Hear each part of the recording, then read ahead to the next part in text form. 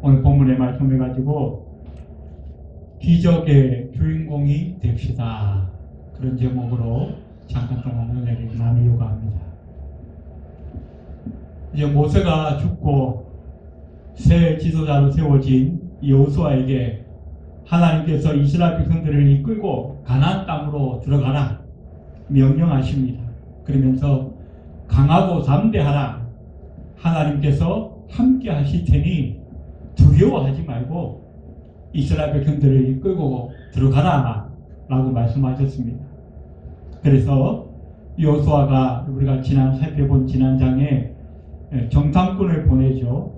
그래서 이 두 정탐꾼이 가나안 땅을 또 여리고성을 정탐하게 했고, 이제 그 돌아온 다음 보고를 받고 이제 시딤을 출발하여서 요단강 앞에까지 오게 됩니다. 그런데 사실은 이 이스라엘 백성들이 가나안으로 갈 수 있는 길은 몇 가지 통로가 있었어요. 그런데 하나님께서 굳이 일부러 이 요단강 앞으로 인도하셨습니다.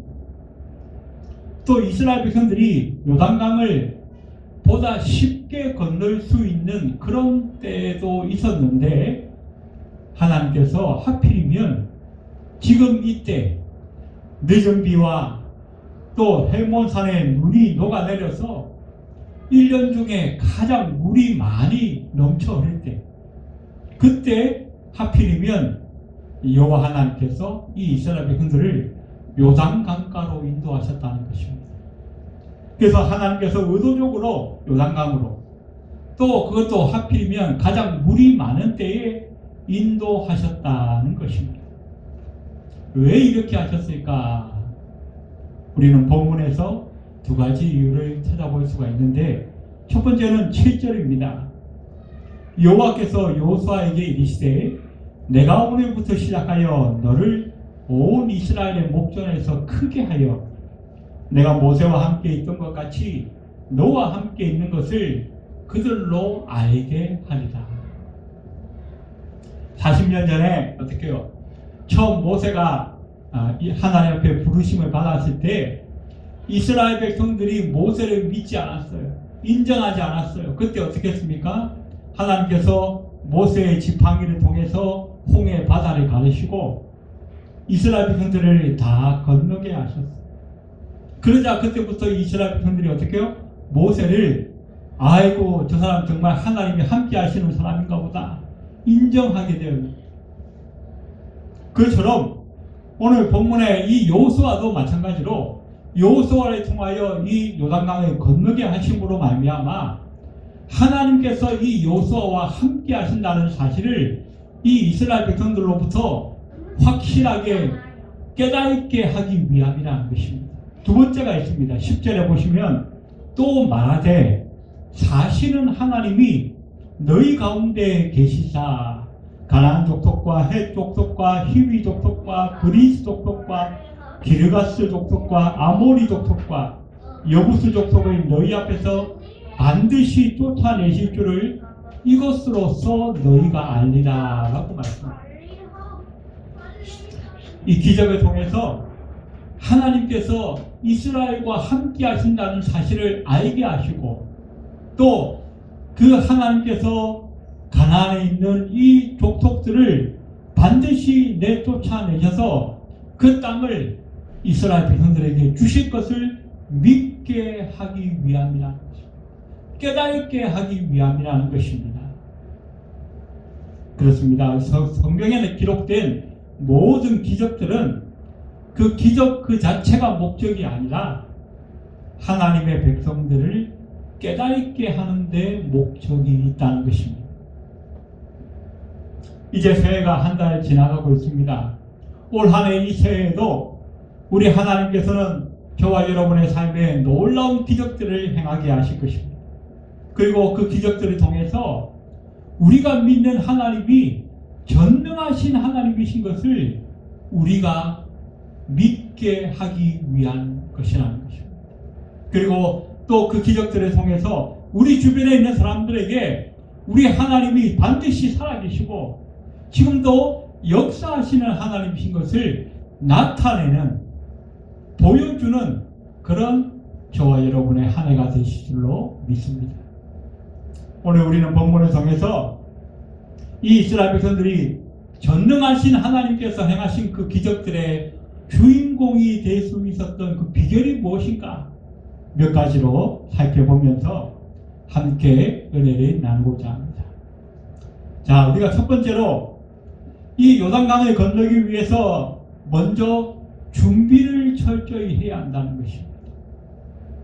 여호수아 2장 24절, 우리가 오늘 읽었던 본문 앞부분에 보시면 진실로 여호와께서 그 온 땅을 우리 손에 붙이셨으므로 그 땅의 모든 거민이 우리 앞에서 간담이 녹도이다. 예, 여리고를 정탐해 왔던, 정탐하고 돌아온 이 정탐꾼들이 이렇게 보고를 했어요. 그러나 그 보고만으로 요단강을 건너갈 준비가 끝난 것이 아니라, 정탐꾼들의 보고를 들은 다음에 여호수아는 이스라엘 백성들과 함께 시딤에서 이제 자리를 옮깁니다. 그리고 요단강 앞에 머물러서 3일을 머무르면서 요단강을 건너갈 준비를 한다는 것입니다. 우리가 오늘 본문을 통해서 보게 되는 사실은 이 이스라엘 백성들이 요단강을 건너기 위해서 준비해야 할 첫 번째가 있었는데, 그것은 바로 이스라엘 백성들이 성결하게 되는 것이다 하는 것입니다. 오늘 오전에 보니까 너희는 자신을 성결하게 하라. 여호와께서 너희 가운데 기이한 일들을 행하시리라 라고 말씀하고 있습니다. 자신을 성결하게 하라. 우리가 지난 몇 년 전에 출애굽기 공부를 할 때 그 출애굽기 19장에서 이 이스라엘 백성들이 시내산에서 하나님과 그 언약을 맺을 때에, 그때 율법을 주시기 바로 직전에 하나님께서 이 이스라엘 백성들에게 한 가지 명령을 하셨는데, 그때 너희가 성결하라 명령하셨어요. 그때 이 이스라엘 백성들이 자신을 성결하기 위해서 두 가지를 했는데, 첫 번째는 옷을 빨아 깨끗하게 하는 것이었고, 또 하나는 여인을 가까이 하지 않는 것이었습니다. 하지만 성경이 말하는 이 성결이라고 하는 것은 단순히 육신적으로 무엇을 해야 하는 그 이상의 의미를 가진다는 것입니다. 우리가 성결하다는 것은 하나님 앞에 설 수 있는 영적인 자세를 갖추는 것입니다. 또 우리가 성결하다는 것은 하나님과 영적 교제를 나누는 그 영적인 상태를 우리가 준비해야 한다는 것입니다. 지금 이 이스라엘 백성들이 요단강 앞에 서서 도대체 이 요단강을 건너기 위해서 무엇을 준비해야 하겠습니까? 그들이 배를 만들어야겠습니까? 아니면 땡복을 만들어야 할까요? 아니면 전부 수영복을 입어야 할까요? 아닙니다. 그들이 무엇보다 준비해야 해요. 가장 이 요단강을 건너기 위해서 무엇보다 가장 먼저 준비해야 할 것은 바로 자신을 성결하게 하는 것이었다는 것입니다. 왜냐하면 저들은 지금 육신적으로는 요단강 앞에 서 있지만 영적으로는 하나님 앞에 서 있기 때문이라는 것입니다. 하나님의 기적은 항상 성결한 사람들에게 일어나는 것을 우리는 성경을 통해서 볼 수 있습니다. 왜냐하면 하나님의 기적은 거룩하신 하나님께서 친히 이루시는 것이기 때문입니다. 그래서 우리가 하나님의 기적의 주인공이 되기 위해서는 무엇보다도 먼저 우리가 우리 자신을 돌아보고 성결해야 할 것입니다. 우리가 예배 시간에 하나님 앞에 축복을 받기 위해서 나오지 않습니까? 영적인 복도 받고 신령한 그 영적인 복도 받고 또 육의 복도 받기 위해서 우리가 하나님 앞에 예배하러 나옵니다. 그때 우리가 절대로 좀 바쁘더라도 잊어버리지 말아야 할 것이 있는 것은 바로 우리가 지금 하나님 앞에 성결한 모습으로 서 있느냐는 것입니다. 그래서 예배 시간 전에 아무리 바쁘더라도 우리가 먼저 하나님 앞에 회개하는 기도를 해야 할 이유가 바로 거기에 있다는 것입니다. 깨끗한 영혼에게, 성결한 사람들에게 하나님께서는 기적을 베푸신다는 것이 성경의 일관적인 가르침이라는 것입니다. 그래서 우리가 올 한 해 진정한 하나님의 축복과 기적의 주인공이 되기 위해서는 날마다 하나님 앞에 나올 때마다 하나님, 내가 갈 준비가 되어 있습니까?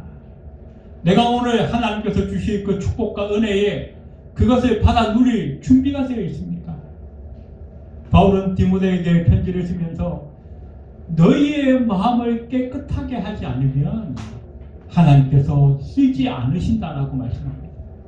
시편 기자도 우리가 우리의 마음에 죄를 품으면 하나님께서 듣지 않으신다고 말씀하고 있습니다. 기도에 응답받는 것도 마찬가지입니다. 우리가 죄악된 마음을 그대로 가지고 기도하면 하나님이 아예 듣지도 않으신다는 거예요. 기도를 왜 합니까? 응답받기 위해서 하는 거 아니겠습니까? 그런데 하나님이 들으시는 기도가 되어야만 응답이 올 것이고 그 응답이 와야 우리에게 기적이 일어날 거 아닙니까? 그렇다면 우리는 매사에 하나님 앞에 나올 때마다, 하나님 앞에 행할 때마다 항상 우리 자신을 먼저 돌아보고 몸과 마음이 성결한 상태로 주님 앞에 설 수 있어야 한다는 것입니다. 그래서 올 한 해도 우리가 늘 영적으로 성결하게 준비되어져서 하나님의 많은 축복을 받아 누릴 수 있고 우리의 삶에 기적을 체험하는 저와 여러분의 삶이 되시기를 주의 이름으로 축원해 드립니다. 자, 두 번째로 이 요단강을 건너기 위해서 이스라엘 백성들이 뭘 해야 하는가?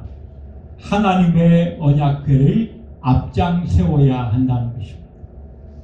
오늘 3절에 보니까 백성에게 명령하여 이르되 너희는 레위 사람 제사장들이 너희 하나님 여호와의 언약궤 매는 것을 보거든 너희 있는 곳을 떠나 그 뒤를 따르라. 그렇게 말씀하고 있습니다. 제사장들이 하나님의 언약궤를 메고 앞에 먼저 출발을 하면 그 뒤에 백성들이 따라가라는 것입니다. 4절에도 보니까 너희와 그 사이 거리가 2000규빗쯤 되게 하고 그것에 가까이 하지는 말라. 거리를 두라는 거예요. 2000규빗이면 한 규빗이 지난번에 말씀드렸죠. 여기 팔꿈치에서 손가락 끝까지 그래서 평균 45cm 정도를 친다면 2000규빗이면 900m 정도가 되는 거예요. 그래서 약 1km 가까운 거리를 좀 멀리 떨어져서 뒤를 따라가라는 것입니다. 여기에는 여러 가지 학자들의 해석이 있습니다만은 한 수백만이나 되는 이 이스라엘 백성들이 너무 가까이 붙어 있으면 뒤에 사람들은 이 언약궤가 어디 있는지 보지 못하기 때문에 거리를 두어서 모든 사람들이 다 언약궤를 바라보면서 따라올 수 있게 한 거리다. 그렇게 해석들을 하고 있습니다. 자, 그런데 중요한 것은 거리가 중요한 것이 아니라 왜 언약궤를 따라오라고 했는가? 왜 따라오라고 했는가? 오늘 4절의 후반부에 보니까 그리하면 너희 행할 길을 알리니 너희가 이전에 이 길을 지나보지 못하였음이니라. 처음 가는 길이라는 거예요. 처음 가는 길에는 뭐가 필요해요? 안내자가 필요합니다. 우리가 외국에 여행을 가거나 아니면 또 국내에서도 어디 여행을 가면 안내자가 있으면 편리하잖아요. 길을 잃을 이유도 없고. 그래서 우리 하나님께서 친히 너희를 인도하시겠다는 것입니다. 하나님께서 친히 안내자가 되어서 너희가 길을 잃지 않도록 중간에 엉뚱한 곳으로 가지 않도록 내가 인도할 테니까 나만 따라오라는 거예요. 그래서 14절에 보니까 백성들이 요단을 건너려고 자기들의 장막을 떠날 때에 제사장들은 언약궤를 메고 백성 앞에서 행하니라 라고 말씀합니다. 제사장들이 앞서가고 백성들은 뒤를 따랐다는 거예요. 그 말씀은 뭡니까? 하나님께서 이 요단강을 먼저 건너가시겠다. 내가 먼저 갈 테니까, 내가 앞장설 테니까 너희는 나를 따르라는 거예요. 자, 또한 하나님의 언약궤는 이 여호와 하나님의 임재를 상징하는 것입니다. 광야 생활하는 동안에 그 40년 동안 이스라엘 백성들의 모든 진영 가운데 한가운데에 여호와의 언약궤가 있었습니다. 그래서 그 언약궤를 중심으로 이스라엘 백성들은 움직이는 거예요. 조금이라도 벗어나면 안 되는 거예요. 하나님의 언약궤가 너희 삶의 중심이 되어야 한다.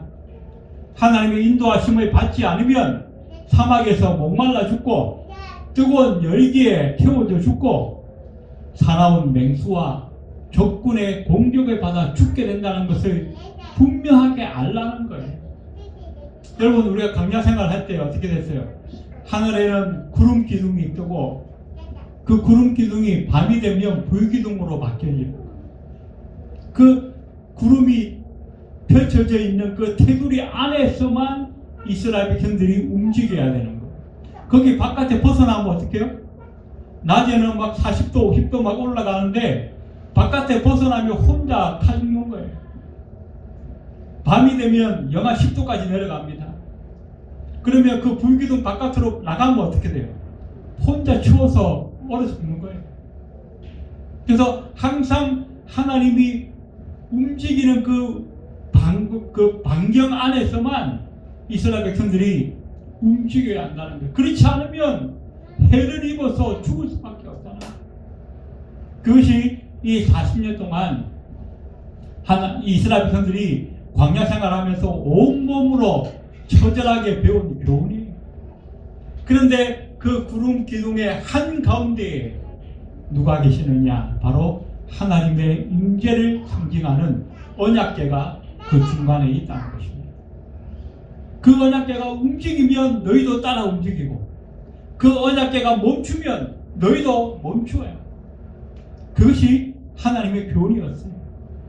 또 이 언약궤가 앞장선다는 것은 내 생각과 내 방법, 내 계획을 다 내려놓고 오직 하나님의 방법에 순종하겠습니다 라고 하는 신앙의 결단을 나타내기를 원한다는 것이죠.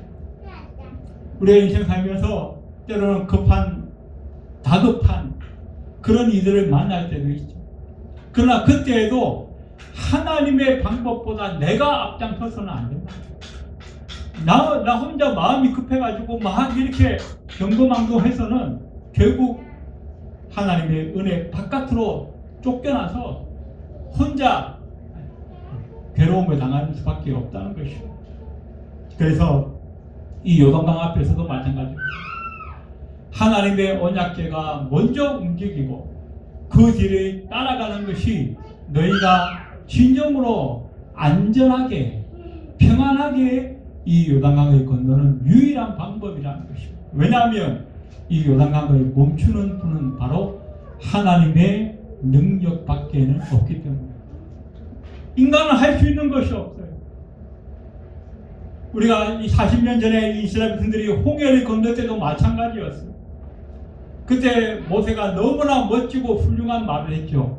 출애굽기 14장에 보니까 이런 말씀을 했습니다.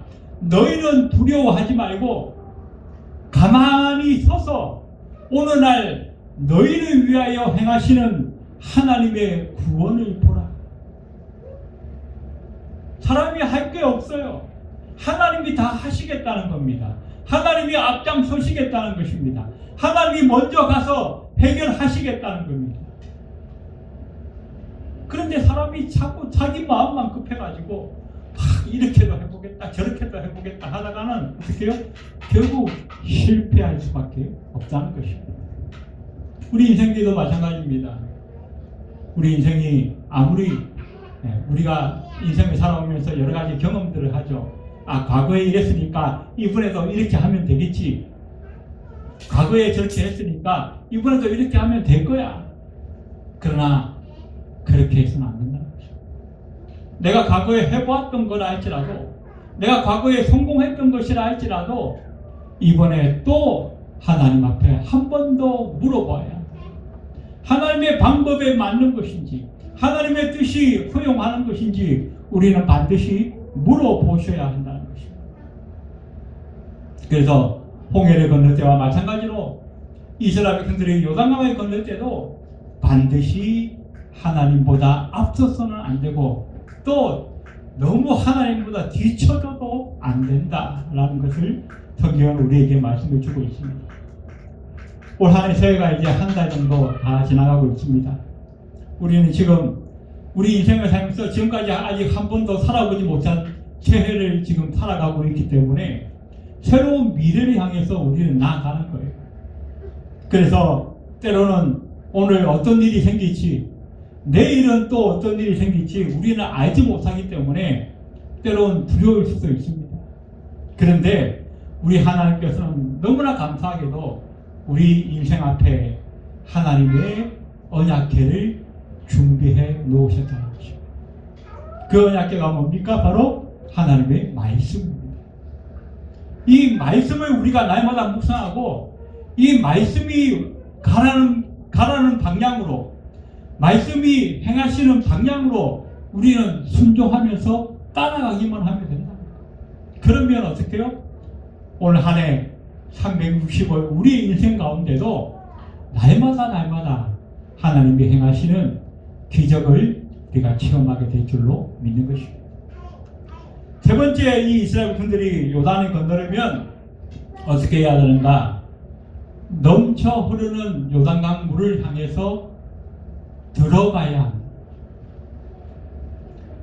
하나님이 하신다고 했으니까 우리는 가만히 있으면 하나님이 그냥 알라딘 마술 램프에 나오는 그런 이 하늘에 나르는 양탄자 같은 걸 보내가지고 그냥 뿅 하고 그냥 날아가게 하시는 것이 아니라 그 물을 향하여 우리가 한 발 한 발 디디고 나아가야 한다는 것입니다.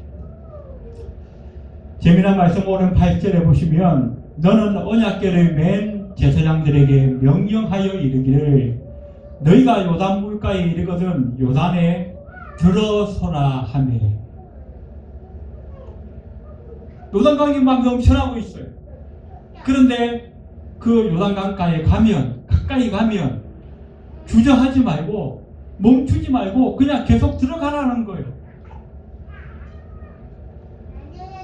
출애굽기 14장에서 40년 전에 이스라엘 백성들이 홍해를 건널 때는 하나님이 다 마른 땅을 갈라놓고 그 다음에 들어가라 그러셨어요. 그런데 이번에는 달랐어요. 물이 갈라지지 않았는데 물이 막 넘쳐나는데 그냥 들어가라는 거예요. 더구나서 중요한 말씀은 15절에 보니까 요단이 곡식 거두는 시기에는 항상 언덕에 넘치더라. 이 곡식 거두는 시기가 언제냐? 보리를 거두는 시기예요. 이 보리를 거두는 시기가 이 태양력으로 하면 봄철이죠. 한 4월에서 5월경. 이때가 되면 이제 겨울이 지나고 봄이 들어오니까 이 요단강은 여러분 아시는지 모르겠지만 이 이스라엘이 맨 북쪽에 있는 헬몬산이라는 게 있어요. 우리나라 백두산 같은. 그 헬몬산에서 겨울이 되면 눈이 내려서 꽁꽁 얼어붙어 있다가 봄이 되면 그 눈이 이제 녹아내리게 되죠. 헬몬산에 그 단이라고 하는 이 요단강의 발원지가 있습니다. 그 발원지에서 흘러내리는 그 물과 함께 헬몬산에 꽁꽁 얼어붙어 있던 그 눈들이 다 녹아서 한 번에 다 흘러내리기 시작합니다. 그것이 갈릴리 호수로 다 모여들어요. 그 갈릴리 호수로, 그러니까 헬몬산에서 갈릴리 호수까지를 상부 요단강, 그 다음에 갈릴리 호수에서부터 밑에 있는 그 사해 호수 있잖아요. 거기까지 흘러가는 그 요단강을 하부 요단강.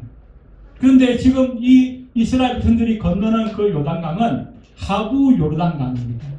그런데 헬몬산에서부터 갈릴리를 넘쳐서 계속 물이 홍수처럼 마치 우리나라의 여름철 장마철에 한강물이 이렇게 넘쳐나는 것처럼 그런 식으로 지금 한참 물이 불어난 시기에 물이 그냥 막 파도처럼 흘러가는 그런 시기에 지금 이 이스라엘 백성들이 요단을 건너기 직전이라는 거죠.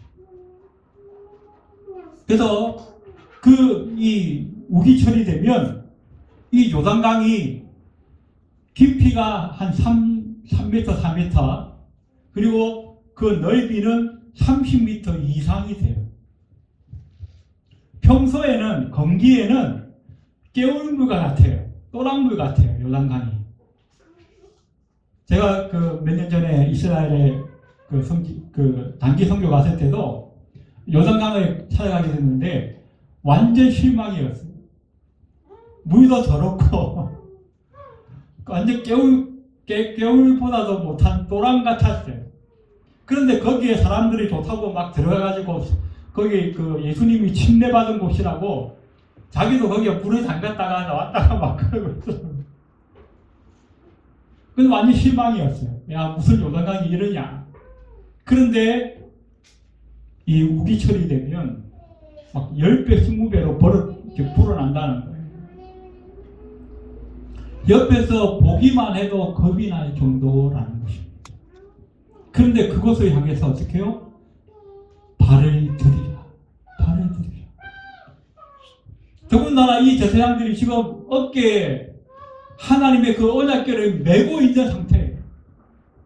발을 잘못 들이다가 그냥 그 물살에 휩쓸려 갈 수도 있는 그런 상황이라는 거예요.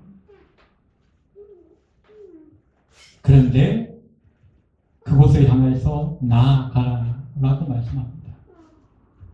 오늘 15절과 16절에 보니까 궤를 맨 제사장들의 발이 물가에 잠기자 곧 위에서부터 흘러내리던 물이 그쳤다라고 말씀합니다.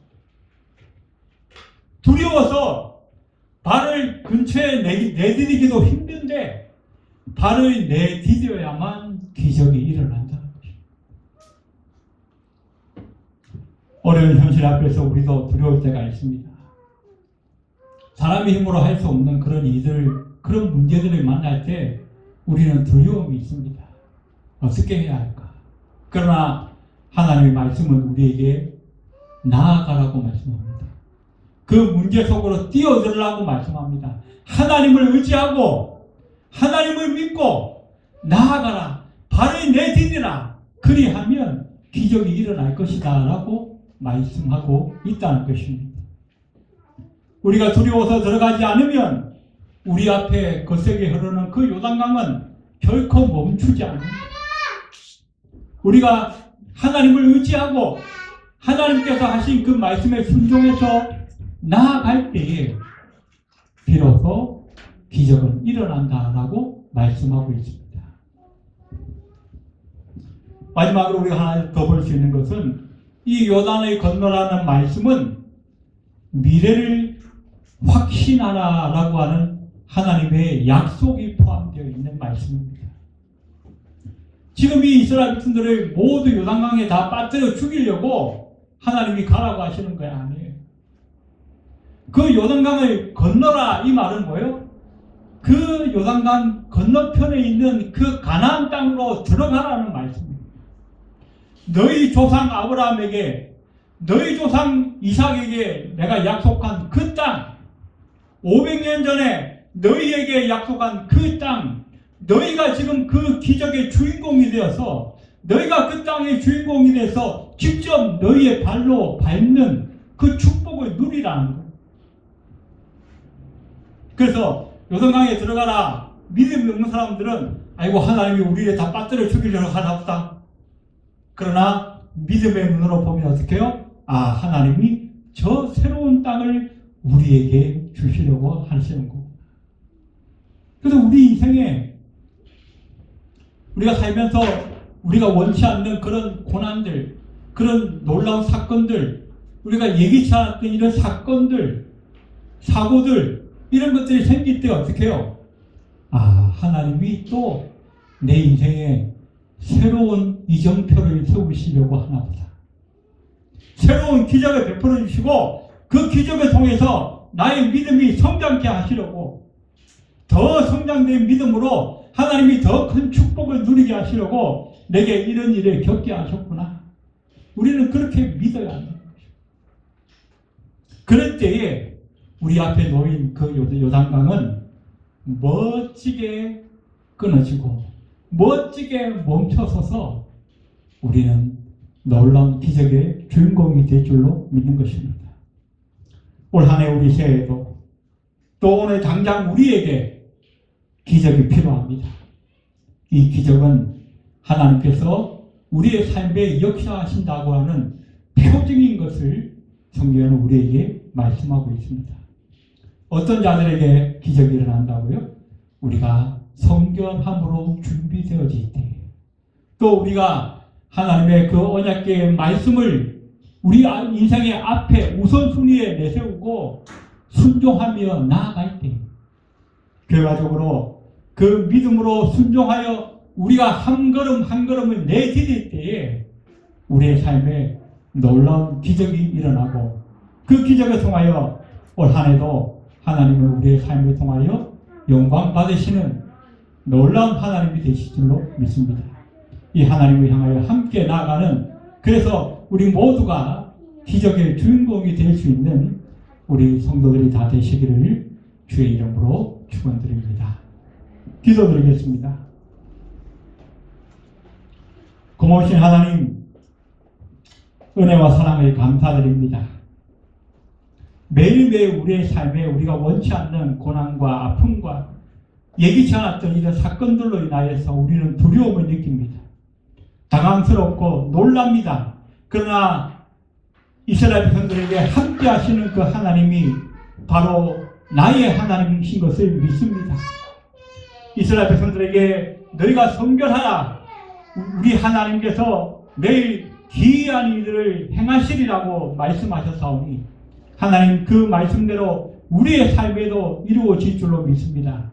날마다 우리가 성결하여져서 말씀 앞에 결단하고 나아감으로 말미암아서 우리의 삶에 놀라운 하나님의 기적을 체험하고 기적의 주인공들이 다 될 수 있도록 주님 축복하여 주시옵소서. 예배를 마치고 돌아가는 발걸음 위에도 함께하여 주옵소서. 예수님의 이름으로 간절히 기도드리옵나이다. 아멘.